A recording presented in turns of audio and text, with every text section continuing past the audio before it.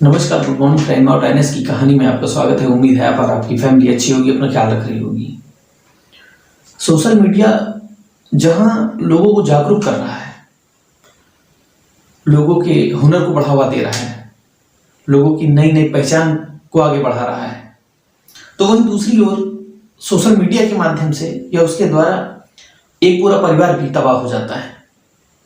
एक पूरा परिवार जिसमें कुल 4 सदस्य थे और उसमें से 3 की मौत हो जाती है और एक शख्स जो जीवित है, लेकिन अब वो किसके भरोसे रहेगा। ये पूरा मामला है चित्रकूट का और यहाँ पे एक थाना है बल्लीपुरवा और इसी के अंतर्गत एक गांव आता है सेवरदहा गांव और इसी में एक फैमिली रहा करती थी। इस फैमिली में कुल 4 सदस्य थे, पति पत्नी और उनकी 2 बेटियां। पति नंद किशोर त्रिपाठी और उसकी पत्नी और उसकी 2 बेटियां चारों साथ रहा करते थे। नंदलाल त्रिपाठी काम किया करता था जिससे अपने परिवार का गुजर बसर कर सकता, लेकिन एक बड़ी बेटी जो थी खुशी, वो अपने ननिहाल में रहा करती थी और वहीं से वो पढ़ाई भी किया करती थी।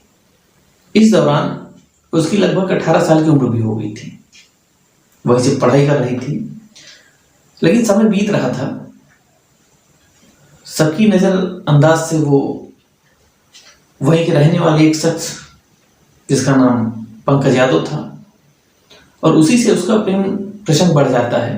दोनों का आपस में मिलना जुलना बढ़ जाता है, दोनों इधर उधर घूमने जाते हैं और कहीं ना कहीं दोनों आपस में शादी करने का प्लान भी बना लेते हैं। इधर उधर से यह बात नंद किशोर त्रिपाठी यानी खुशी के पिता को चलती है, तो खुशी के पिता उसे वहां से उसके ननिहाल से ले आते हैं, अपने घर रखते हैं और समझाते हैं।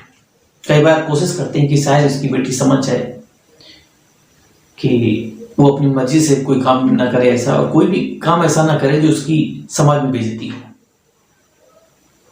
तो उसे समझाते हैं। उसी समझाने के दौरान कई बार बाप बेटी में झगड़ा भी हुआ, कई बार समझौता भी हुआ। अब दूसरी ओर नंद किशोर को यह भी पता चल रहा था कि ये खुशी उसकी बेटी जो उस लड़के से यानी कि पंकज यादव से शादी भी करना चाह रही है, क्योंकि पंकज यादव अदर कास्ट था, तो इसलिए थोड़ा सा और नंद किशोर को डर था। कई बार समझाना चाह रहा था, समझाते लेकिन विवाद होता, लड़ाई होती। कई बार तो नंद किशोर ने अपनी बेटी यानी कि खुशी को मारा पीटा भी था, लेकिन वो समझाने के लिए तैयार नहीं थे।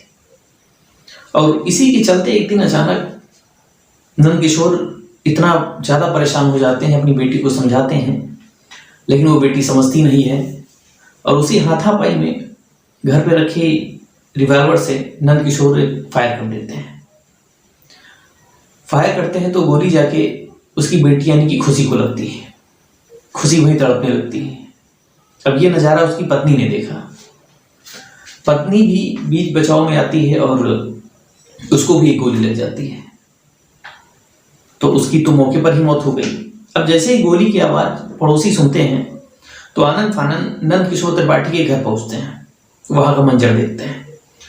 तो मंजर देखते हैं कि एक तरफ उसकी बेटी लहूलुहान हालत में है, तो दूसरी तरफ उसकी पत्नी जिसकी मौत हो चुकी है, और वहीं नंद किशोर जो कि रिवॉल्वर निकाल के अपने सर पे लगाए है और फायर करने की कोशिश कर रहा है। तभी कई लोग अचानक पहुंचते हैं और उसका हाथ पकड़ते हैं और उसे उसकी गन उसके हाथ से छीन लेते हैं। ये सब चल ही रहा था कि तभी किसी की सूचना पर गाड़ी आती है और दोनों को हॉस्पिटल ले जाया जाता है, जहां पे नंद किशोर की पत्नी उसको तुरंत डॉक्टर मृत घोषित कर देते हैं और खुशी का इलाज चल रहा था, तो अगले दिन उसकी भी मौत हो जाती है। अब एक परिवार में 4 सदस्य, जिसमें से 2 की मौत हो चुकी थी।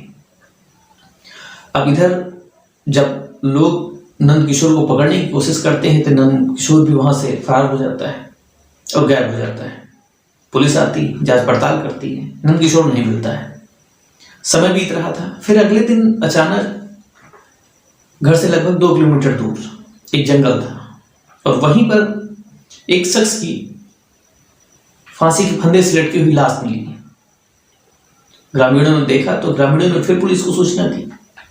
पुलिस मौके पर पहुंचती है देखती है, शव को नीचे उतारती है, पड़ताल करती है, तो पता चलता है कि अब से 2 दिन पहले एक गांव में जो माँ बेटी की मौत हुई थी, यानी कि हत्या की गई थी, तो उसी घर का सदस्य है, यानी लड़की का पिता और उस महिला का पति है, जो घर से लगभग 2 किलोमीटर दूर फांसी के फंदे से लटका हुआ है।